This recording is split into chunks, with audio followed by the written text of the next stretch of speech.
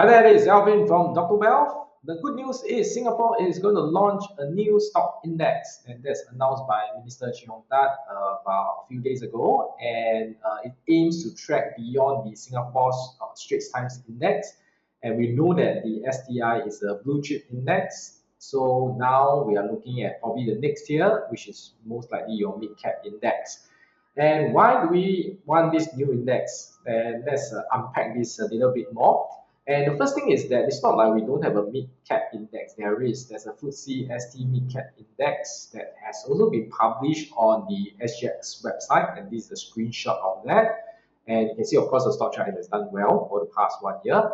The only problem is that it's not really very marketed, right? Most people are still focusing on the blue chips, the STI index, and even for this mid-cap index, I try to search for it. FTSE doesn't publish the entire index components, and I could only find the top 10.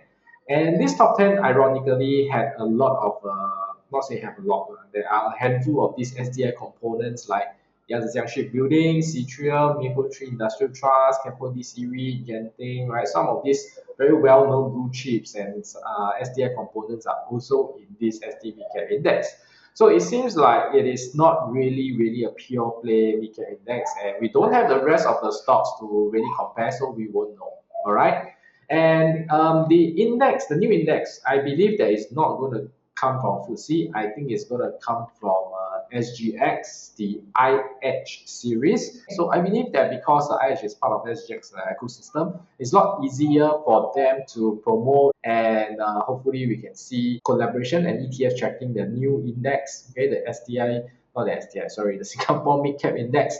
Hopefully they can do that as well. So why is this new index important? To me, it looks like a focus list because for the longest time, the MAS review group for the equity market in Singapore was about to boost the trading liquidity, get more companies to list, basically make the Singapore stock market or capital markets more vibrant. And I believe that they are happy with the STI components in terms of liquidity, but then they want to broaden it right to the next tier companies. Okay, so I do think that this new index is to usher in this new attention spent on the smaller companies, right, or mid caps. And there's also the $5 billion EQDP program, right, where the government will co-invest with fund managers to buy some of these stocks.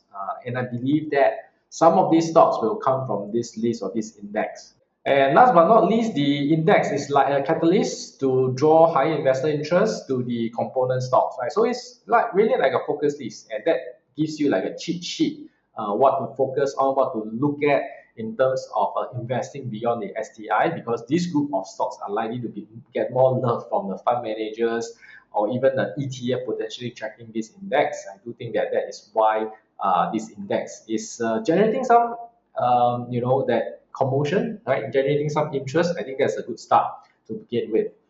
So the actual list has not been out yet, and supposedly 22nd September is the day that we will know the components, but I'm just curious, right? So I believe some of you are curious as well. So I did my own screening, and this is just my unofficial guess, okay? Take it with a pinch of salt for entertainment purposes. So the first screen that I did was on market cap, right? Because usually indices is about traded market cap. Market cap is a very important criterion when it's used to create index. And we also know that it's not going to contain STI components. So, and that's where I got about 4.7 billion on the upper end to avoid the big caps. And at the lower end, we also don't want the small caps, right? So I was looking at probably around $500 million, but then I expanded and enlarged a bit more to about 380 million to get about 50 stocks in the index at the end of the day. The second thing is that there must be enough public float, because if there's very little float, then the liquidity will be low because there's not enough people buying and selling. The insiders are holding mostly majority of the shares.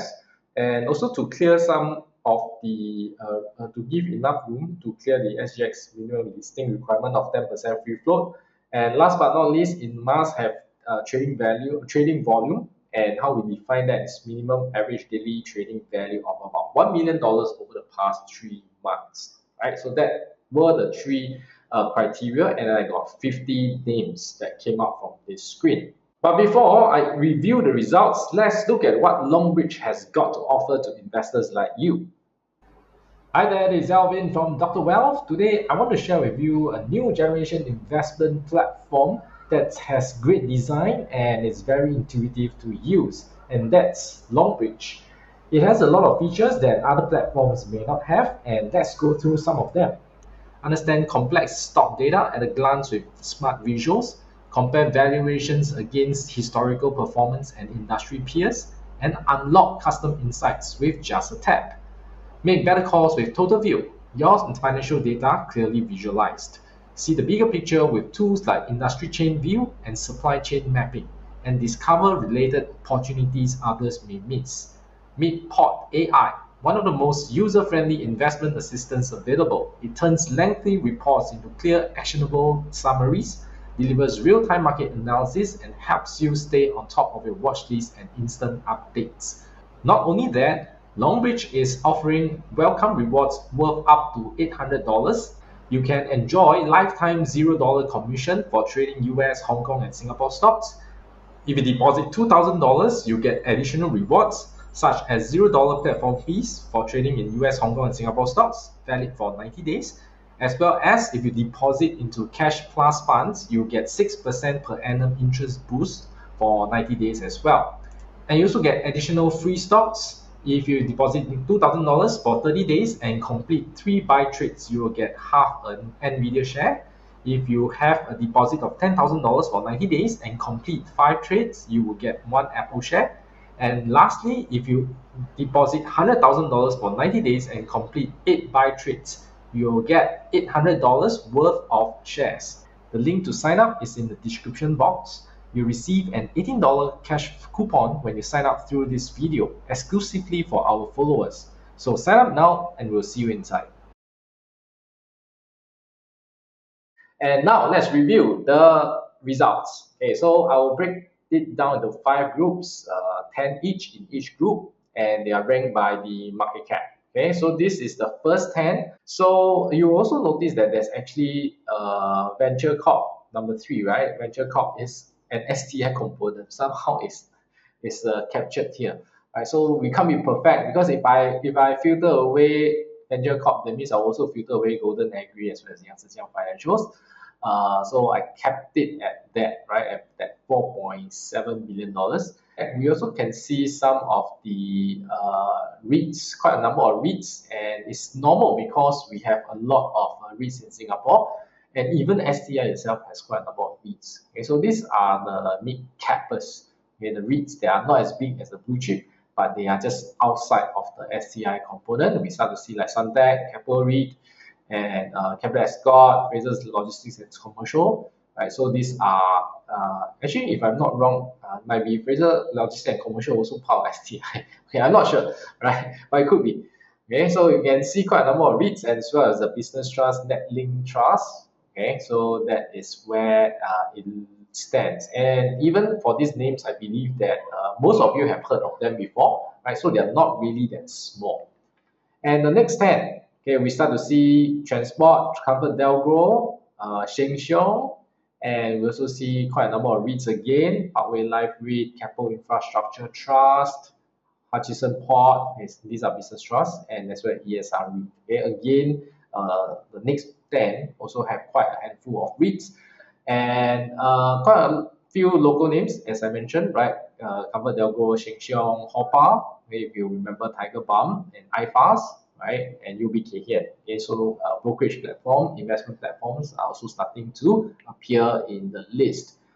And the third group, this is what it looks like. There are still REITs, okay, and business trusts, right? Lendlease Global, Commercial REIT, Capital Land India Trust, Capital Land China Trust. Almost every group has REITs so far. Okay, you can't really escape them. If you really take them out, then it will really be a much smaller number of stocks that will be in the list, okay, in the index. We see Raffles Medical, we see PropNext, right, which is the largest property agency in Singapore, and Centurion also appeared, right? Centurion is spinning off a REIT, okay, and the share price has done pretty well lately. And we have one that is food related, F&B, right? Food Empire. The share price has done well, right? So that's why it has launched to become a mid cap. And this is the fourth group, right? And again, we see REITs, Hospitality Trust from Frasers, NTT Data Center, Ames Impact, Business Trust in CDL Hospitality Trust, another REIT in Digital Core REIT. Okay, so again, REITs are because they are probably asset heavy, right? So and they usually trade closer to their book value, and therefore the property value is high, leads to higher market cap. So they become the mid cappers quite easily.